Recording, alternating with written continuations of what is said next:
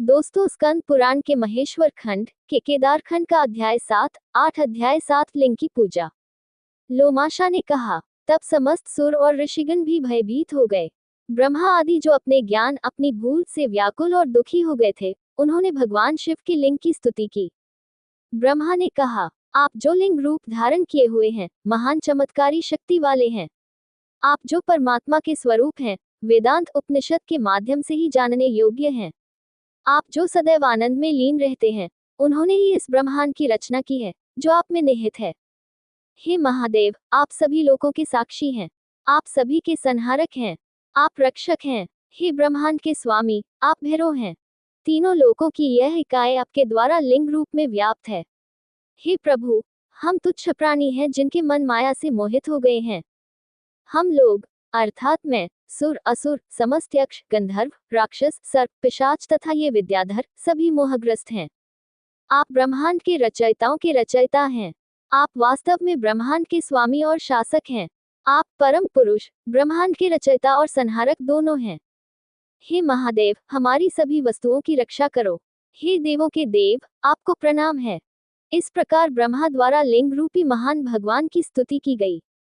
जो ऋषिगण निष्पाप भगवान महेश्वर की स्तुति करने के इच्छुक थे, उन्होंने वेदों में वर्णित उत्तम वचनों द्वारा बड़ी उत्सुकता और आदर के साथ उनकी स्तुति की। ऋषियों ने कहा, हम सब अज्ञानी हैं। काम के कारण हम आपकी स्थिति को नहीं पहचान पाते। वास्तव में आप आत्मा हैं, परमात्मा हैं। आप प्रकृति हैं, जो सब कुछ उत्पन्न करती हैं। आप ही हमारी माता हैं। आप ही हमारे पिता हैं। आप ही हमारे स्वजन हैं। आप ही हमारे मित्र हैं। आप ही ईश्वर हैं। आप ही वेदों के ज्ञाता हैं। महान उदार पुरुष सदैव आपका ध्यान करते हैं। आप सभी जीवों में व्याप्त आत्मा हैं, सभी ईंधनों की ज्वाला के समान। चून की सभी चीजें आपसे उत्पन्न होती हैं, इसलिए आप हमेशा सर्व हैं। भगवान को शंभु कहा जाता है क्योंकि शम सुख की उत्पत्ति उनसे होती है। हम सभी देवता तथा अन्य ऋषिगण, देवगण, गंधर्व, विद्याधर, महान नाग आपके चरण कमलों की शरण में आए हैं। अतः हे शंभु, हे ब्रह्मांड के स्वामी, कृपा पूर्वक हमारी रक्षा कीजिए।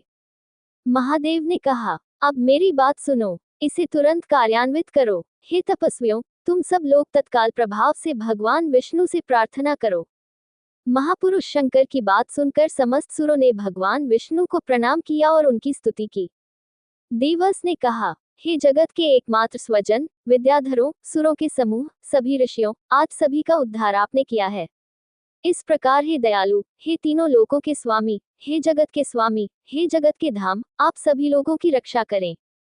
भगवान विष्णु जोर से हंसे और तब ये शब्द बोले, पहले तुम दैत्यों द्वारा प्रताड़ित थे और मैंने तुम्हारी रक्षा की थी। लेकिन आज इस लिंग से अनंत प्रकृति का एक बड़ा खतरा उत्पन्न हो गया है। हे सुरस, इस लिंग से उत्पन्न खतरे से तुम्हारी रक्षा करना मेरे लिए संभव नहीं है। भगवान विष्णु के ऐसा कहने पर देवता चिंतित हो गए। तब एक दिव्य वाणी ने समस्त सुरों को सांत्वना देते हुए कहा, हे जनार्दन, इस लिंग को पूजन हेतु चुनिए। हे पराक्रमी, आप तेजपुंज बनकर स्थावर जंगम प्राणियों की रक्षा कीजिए। ऐसा ही हो, कहकर और इसका सम्मान करते हुए वीरभद्र ने इसकी पूजा की। उस समय चंद्रमा को अपना शिखा बनाकर शिव की आज्ञा पालन में लगे हुए महापुरुष वीरभद्र की पूजा ब्रह्मा से लेकर सुरों के समूह द्वारा सामूहिक रूप से की जाती थी। वीरभद्र शिव के प्रिय थे और तीनों लोकों में रुद्र के समान थे। तब वीरभद्र लिंग की पूजा में लीन हो गए। ये लिंग वही रूप था जिससे समस्त जगत उत्पन्न होता है, पोषण प्राप्त करता है तथा उसी में लीन हो जाता है। जो लोग ज्ञानी हैं, उनमें श्रेष्ठ पुरुष हैं। वास्तविकता यह है कि इसे लिंग कहा जाता है, क्योंकि यह विश्राम का स्थान है, लीन होने के लिए। लिंग ब्रह्मांडीय अंडों के गोले से व्याप्त हो गया। ये रुद्राक्षों से सुशोभित हो गया। यह इतना बड़ा हो गया कि कोई भी इसे पार नहीं कर सका। तब समस्त देवों और महातेजस्वी ऋषियों ने अलग अलग वेद शब्दों, मंत्रों द्वारा महान लिंग की स्तुति की। हे भगवान, आप अणु से भी सूक्ष्म हैं। इसी प्रकार आप महानतम से भी महान हैं। इसलिए हे भगवान शिव, आपको ऐसी व्यवस्था करनी चाहिए जिससे लिंग की पूजा सभी के लिए आसान हो सके। उस समय ही सर्व शिव द्वारा कई प्रकार के लिंग विकसित किए गए थे, जैसे सत्य भगवान ब्रह्मा का क्षेत्र नामक दुनिया में ब्रह्मेश्वर लिंग, वैकुंठ में सदाशिव लिंग, अमरावती इंद्र की राजधानी में अमरेश्वर नामक एक सुस्थापित लिंग, वरुण नगर में वरुणेश्वर लिंग, यम के शहर में भगवान कालेश्वर, निरति नगर में नैऋतेश्वर लिंग, वायु नगर में पवनेश्वर लिंग, मृत्युलोक में केदार लिंग के साथ साथ अमरेश्वर, नर्मदा क्षेत्र में ओंकार लिंग के साथ साथ महाकाल, काशी में विश्वेश्वर, प्रयाग में ललितेश्वर, ब्रह्मगिरी, नासिक जिला में त्र्यंबक और साथ ही काली में भद्रेश्वर, सागर के साथ गंगा के मिलन के स्थान पर द्रक्षारामेश्वर लिंग को सोमेश्वर के रूप में याद किया जाता है। सौराष्ट्र, विंध्य पर सर्वेश्वर लिंग, श्रीशैल पर शिखरेश्वर लिंग, कांती में मल्लनाथ, सिंहला में सिंहनाथ, इसी तरह कई लिंग भी हैं जैसे विरूपाक्ष लिंग, पाताल में कोटशंकर, त्रिपुरांतक, भीमेश, अमरेश्वर, भोगेश्वर और हटकेश्वर। ये और इस प्रकार के कई अन्य लिंग देवताओं द्वारा पूरे ब्रह्मांड की सहायता के लिए तीनों लोकों में स्थापित किए गए थे। इस प्रकार तीनों लोक महान लिंगों से परिपूर्ण हो गए। इसी प्रकार देवताओं ने पूजा के लिए वीरभद्र के अंश बनाए। लिंग की पूजा की प्रक्रिया में 28 संस्कार प्रतिष्ठा अनुष्ठान होते थे। इनका उल्लेख स्वयं शंकर ने किया है। रुद्र द्वारा वर्णित सनातन शिवधर्म है, जिनमें वीरभद्र, रुद्र तथा अन्य गुरुओं आचार्यों का स्मरण किया गया है। गुरुओं के पुत्र भी तीनों लोकों में गुरु के रूप में प्रसिद्ध हुए हैं।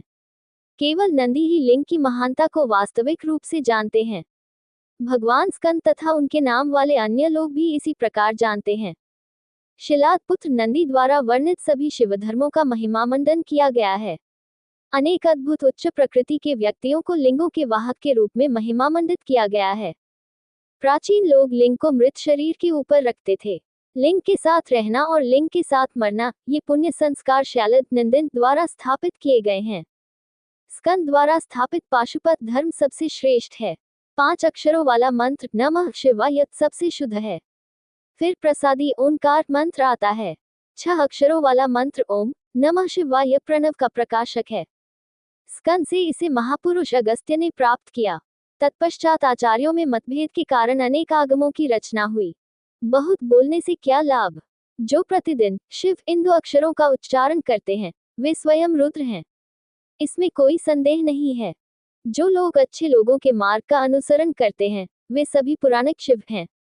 उन्हें महेश्वर के नायक के रूप में जाना जाना चाहिए। 9 वे मनुष्यों के पापों का नाश करते हैं। जो लोग संयोगवश किसी अन्य कारण से, संयोगवश या श्रद्धा के कारण भक्ति अनुष्ठान करते हैं, वे कल्याण के लक्ष्य को प्राप्त करते हैं। सुनो, इस संबंध में मैं एक पुरानी कथा सुनाता हूँ।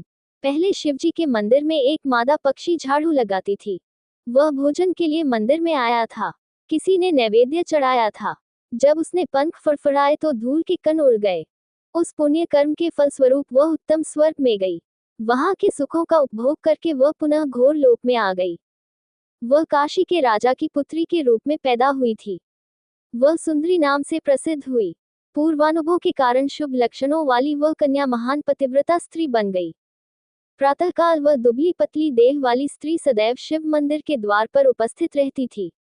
वह बड़ी श्रद्धा से मंदिर परिसर में झाड़ू लगाती थी। सुंदरी नामक सौम्य राजकुमारी स्वयं ही सब कार्य करती थी।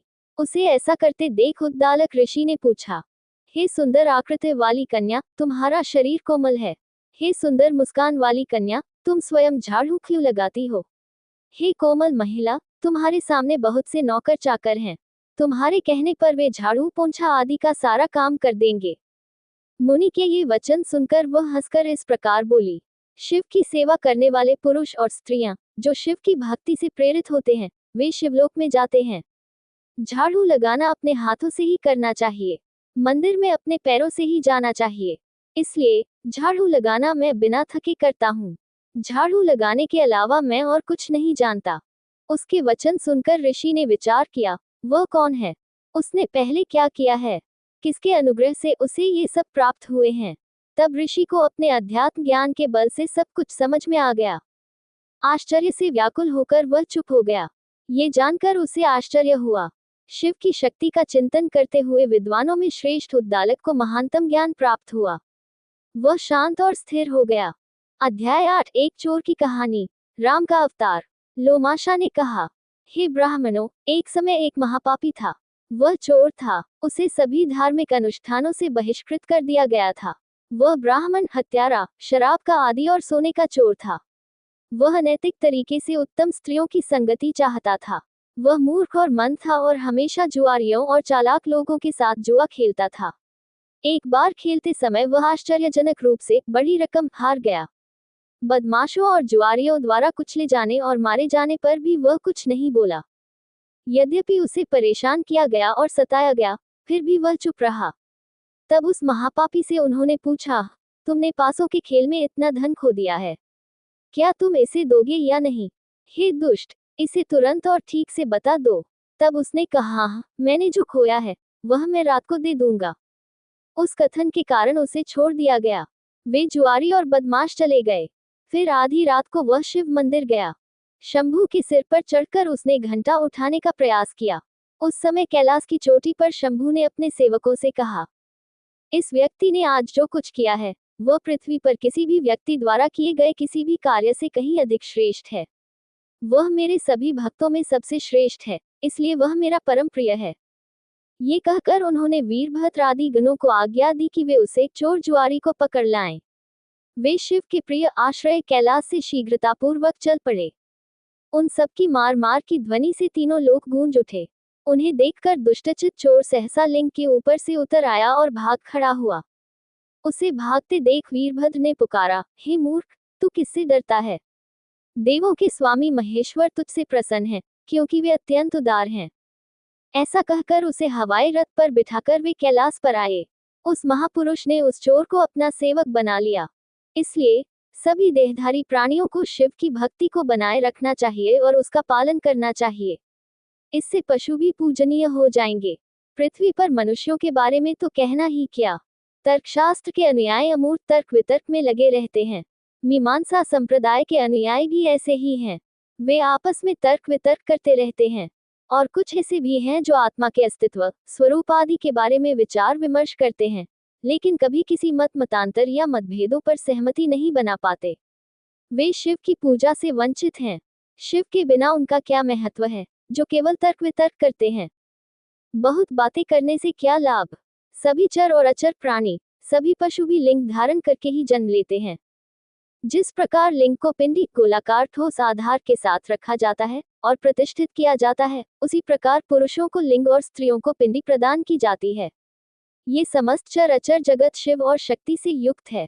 जो लोग मोहवश ऐसे शिव की भक्ति छोड़कर अन्य की पूजा करते हैं, वे मूर्ख हैं।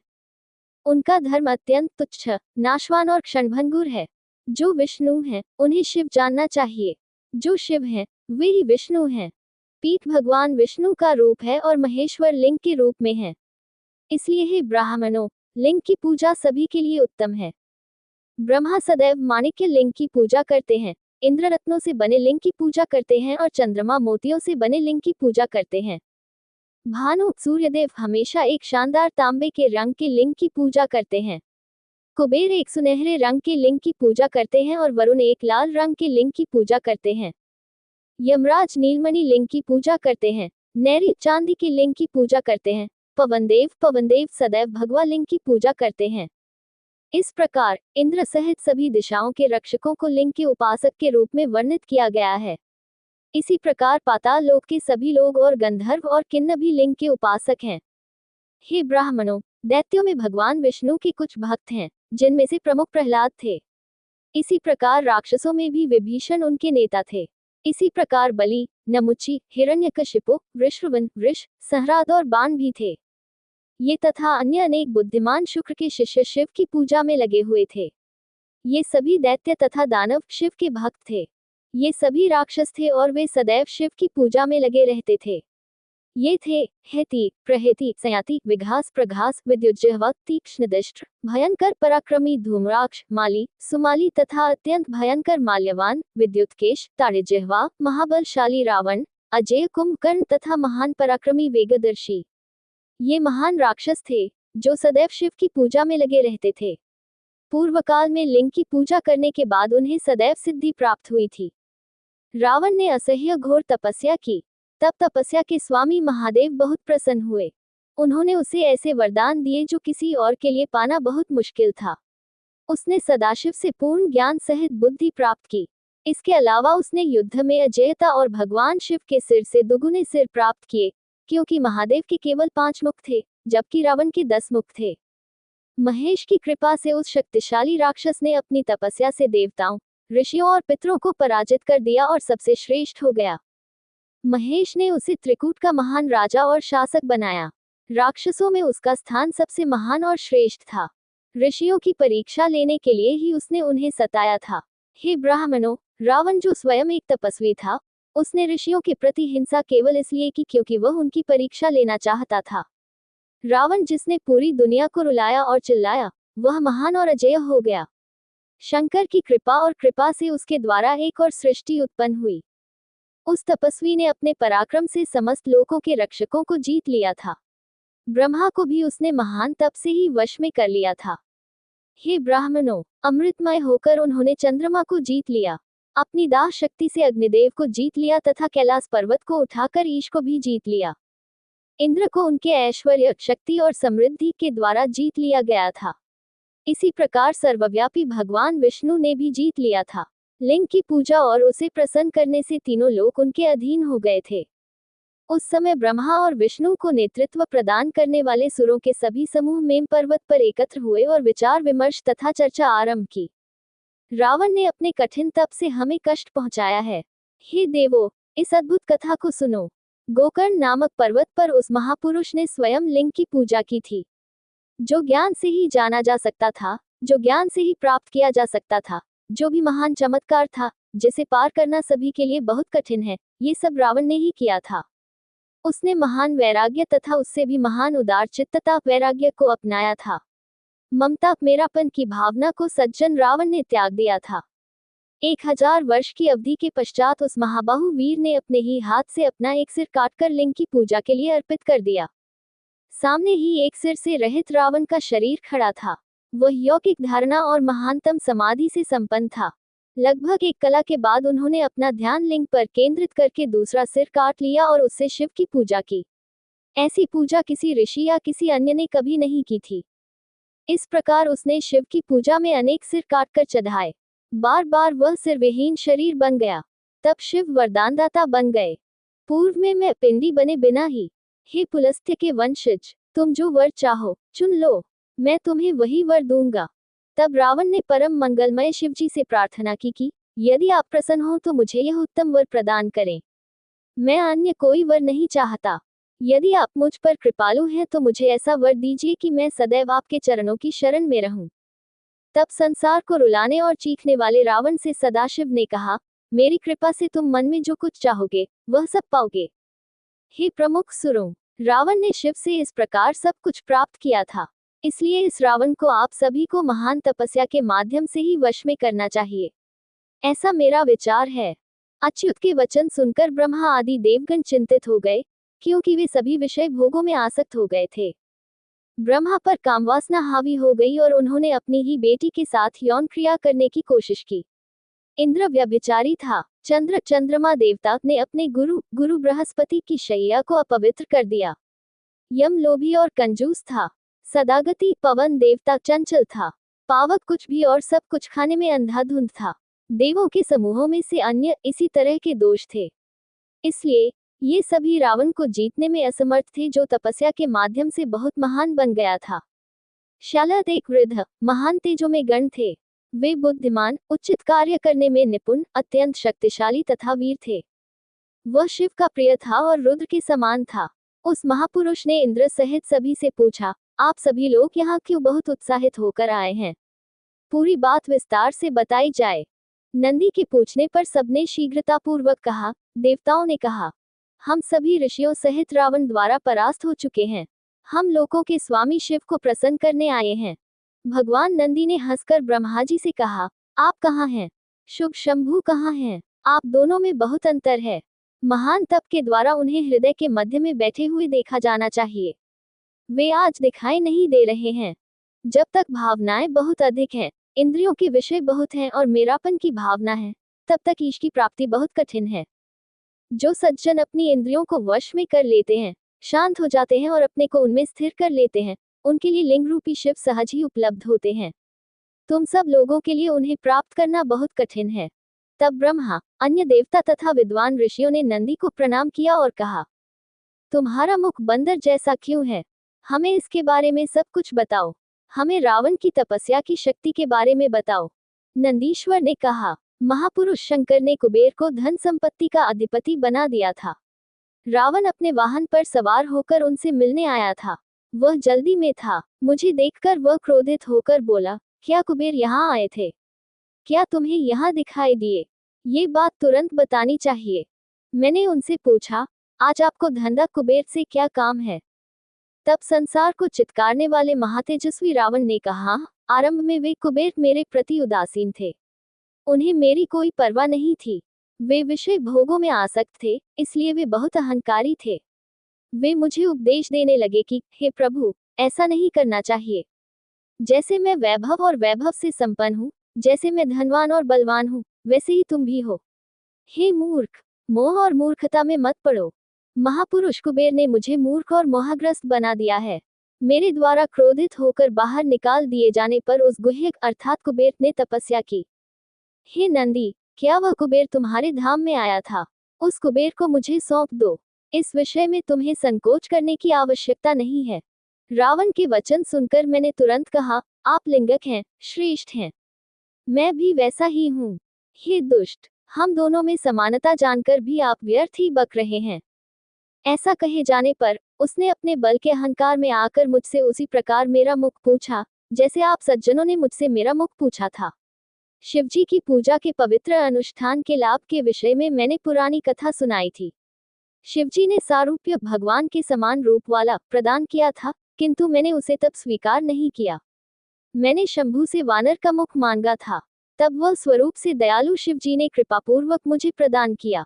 जो मिथ्या प्रतिष्ठा से रहित हैं, जो अहंकार से मुक्त हैं तथा जिनके पास कोई संपत्ति या संपदा नहीं है, उन्हें शंभु का प्रिय जानना चाहिए। अन्य लोगों को शिव ने बहिष्कृत कर दिया है। तब रावण ने मुझसे कहा, मैंने अपनी तपस्या के बल पर इतनी समझदारी दिखाई कि 10 सिर मांग लिए। उसके उपहासपूर्ण कथन पर संसार को चीखने चिल्लाने वाले रावण को तब मैंने शाप दिया था, जब कोई महान तपस्वी पुरुष मेरे समान मुख वाले वानरों के साथ मुझे आगे रखकर तुम्हारे नगर में आएगा, तब वह निस्संदेह तुम्हारा वध कर देगा। इस प्रकार, हे ब्रह्मा, जिस रावण ने संसार को चीत्कार दिया, उसे मैंने शाप दिया। हे श्रेष्ठ सुरस, केवल लिंग की ही पूजा की गई थी, बिना पीठ के रूप में स्थित महान आत्मा वाले विष्णु के। इसलिए, हे अत्यंत भाग्यशाली लोगों, महेश्वर, महादेव, देवों के स्वामी, विष्णु के रूप में सब कुछ करेंगे। आप सभी के हृदय की गुहा में स्थित विष्णु की प्रार्थना करें। इसलिए, मैं सभी देवों का मुखिया बनूंगा। नंदी के वचन सुनकर सभी लोग हर्षित हो उठे और वैकुंठ में आकर भगवान विष्णु की स्तुति करने लगे। देवस ने कहा, हे देवों के स्वामी, हे ब्रह्मांड के स्वामी, आपको नमस्कार है। ये समस्त ब्रह्मांड, जिसमें सभी चर और अचर प्राणी हैं, आप ही इसका आधार और आधार हैं। हे विष्णु, इस लिंग को आपने पिंडी के रूप में धारण किया है। महाविष्णु के रूप में मधु और कैटब नामक राक्षसों का वध आपने ही किया था। इसी प्रकार कछुए का रूप धारण करके आपने समुद्र मंथन के समय मंदार पर्वत को थामे रखा था। सुअ का रूप धारण करके हिरण्याक्ष का वध आपने ही किया था। दैत्य हिरण्यकशिपु को आपने नरसिंह का रूप धारण करके मारा था। दैत्य बलि को आपने वामन बौना रूप धारण करके पकड़कर बांध दिया था। कृतवीर्य सहस्रार्जुन के पुत्र को आपने भृगुवंश में जन्म लेने के पश्चात मार डाला था।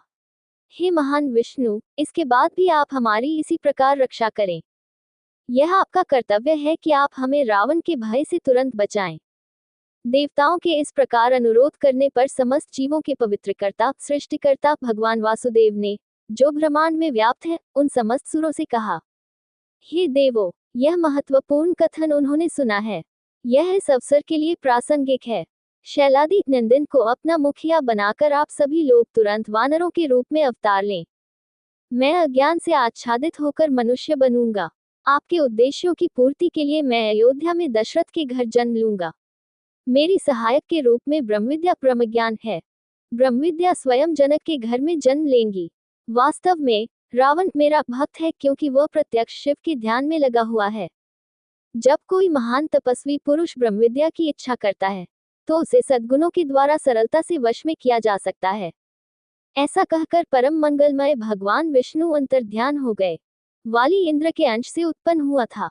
सुग्रीव सूर्य के पुत्र थे। जाम्बवान जो प्रमुख वृक्ष भालू थे, ब्रह्मा के अंश से उत्पन्न हुए थे। नंदी, जो शिव के प्रिय अनुयायी शिलाद के पुत्र थे, ने अपार तेज वाले भगवान विष्णु की सहायता करने के लिए महान वानर हनुमान के रूप में अवतार लिया। मैदा से शुरू होने वाले सभी बंदर उत्कृष्ट सुर थे। इस प्रकार सभी सुर उचित तरीके से अवतरित हुए। इसी प्रकार भगवान विष्णु ने कौशल्या के आनंद को बढ़ाने वाले के रूप में जन्म लिया। विद्वान पुरुष उन्हें राम कहते हैं, क्योंकि उन्होंने संपूर्ण ब्रह्मांड को प्रसन्न और संतुष्ट किया। भगवान विष्णु की भक्ति के कारण शेष जी अपनी तपस्या के बल पर पृथ्वी पर अवतरित हुए। भगवान विष्णु की शक्तिशाली भुजाओं ने शत्रुघ्न और भरत नामक वीर राजकुमारों के रूप में अवतार लिया, जो तीनों लोकों में विख्यात हुए। वेदों के व्याख्याताओं ने जिन्हें ब्रह्मविद्या कहा है, वे सुरों के कार्य की पूर्ति के लिए मिथिला के शासक की पुत्री के रूप में अवतरित हुई। वे हल से खेत जोतने से उत्पन्न एक नाले से उत्पन्न हुई थी, इसलिए वे सीता के नाम से प्रसिद्ध हुई। वे तत्वमीमांसा की साक्षात विद्या थी। चूंकि उनका जन्म मिथिला में हुआ था, इसलिए उन्हें मैथिली कहा जाता है। इनका जन्म जनक के कुल में हुआ था, इसलिए ये जनकात्मजा जानकी के नाम से प्रसिद्ध हैं। पापों का नाश करने वाली यह ब्रह्मविद्या पहले वेदवती के नाम से जानी जाती थी। जनक ने स्वयं उसे भगवान विष्णु को प्रदान किया था। उसके साथ विद्या अवतार में अवतरित, मंगलों में श्रेष्ठ, देवों के स्वामी, जगत के रक्षक भगवान विष्णु घोर तपस्या में लीन हो गए। देवताओं के कार्य की पूर्ति के लिए रावण को हराने की इच्छा से कमल नेत्र वाले राम वन में उसी उद्देश्य से रहने लगे। यद्यपि शेष के महान अवतार लक्ष्मण ने देवों के कार्य की पूर्ति के लिए अपनी महान शक्ति द्वारा अत्यंत कठिन तपस्या की थी, शत्रुघ्न और भरत ने भी बहुत बड़ी तपस्या की। इस प्रकार तप करने वाले और देवों के समूहों की सहायता से युक्त राम ने 6 महीने के भीतर ही अनुयायियों सहित सावन को मार डाला। हे पुण्यात्मा मुनियों, विष्णु द्वारा अस्त्रों के द्वारा मारे जाने पर वह अपने बंधुओं और अनुयायियों सहित शिव के स्वरूप भगवान के समान रूप वाला हो गया। शिव की कृपा से उसे संपूर्ण द्वैताद्वैत, द्वैत और अद्वैत के दर्शन का सार प्राप्त हो गया। द्वैत और अद्वैत के भेद के विषय में मुनि भी भ्रमित रहते हैं। शिव की पूजा करने वाले पुरुषों को वे सब चीजें प्राप्त होती हैं। जो लोग निरंतर शिव की लिंग रूप में पूजा करते हैं, चाहे वे स्त्री हो, शूद्र हो, चांडाल हो या अन्य निम्न जाति के लोग हों, वे शिव को प्राप्त करते हैं, जो सभी दुखों का नाश करने वाले हैं। पशु भी भगवान को प्राप्त कर चुके हैं, फिर मनुष्यों की तो बात ही क्या है। जिन द्विजों ने ब्रह्मचर्य व्रत धारण करके महान तप किया है और बहुत वर्षों तक यज्ञ किए हैं, वे केवल स्वर्ग को प्राप्त हुए हैं। ज्योतिष्टोम, वाजपेय, अतिरात्र आदि अनेक यज्ञ हैं। ये यज्ञ निसंदेह उन्हें करने वालों को स्वर्गिक सुख प्रदान करते हैं। स्वर्गिक सुख भोगने के पश्चात जब उनके पुण्य क्षीण हो जाते हैं, तब वे यज्ञकर्ता पुनः नश्वर संसार में आते हैं। संसार में अवतरित होने के पश्चात वे सत्व, रज और तम इन तीनों गुणों की बुद्धि के साथ विभिन्न योनियों में जन्म लेते हैं। इस प्रकार अनेक आत्माएं जन्म मृत्यु के चक्र में भटकती रहती हैं। संयोगवश अथवा सौभाग्यवश उनमें से कुछ शिव की सेवा करते हैं। जो मनुष्य नियमित रूप से शिव का ध्यान करते हैं और अपने मन को संयमित कर लेते हैं, उनकी माया तुरंत दूर हो जाती है, अन्यथा नहीं। जब माया का नाश हो जाता है, तो तीनों गुण नष्ट हो जाते हैं। तब मनुष्य तीनों गुणों से ऊपर उठकर मुक्त हो जाता है। अतः सभी देहधारी प्राणियों को लिंग की पूजा के बारे में सोचना चाहिए तथा उसका पालन करना चाहिए। शिवलिंग का रूप धारण करते हैं तथा सभी चर तथा अचर प्राणियों की रक्षा करते हैं। हे ब्राह्मणों, तुमने मुझसे पहले पूछा था कि शिव ने किस प्रकार लिंग रूप धारण किया था। अब मैंने सब कुछ सच सच कह दिया है। हे ब्राह्मणों, तुम सुनो कि समस्त लोकों के स्वामी शिवजी ने किस प्रकार हलाहल विष पिया था। मैं तुम्हें वह सब यथार्थ रूप में सुनाता हूँ। दोस्तों, अगली वीडियो देखने के लिए आप चैनल सब्सक्राइब जरूर करें और लाइक करें और कमेंट करें। हर हर महादेव।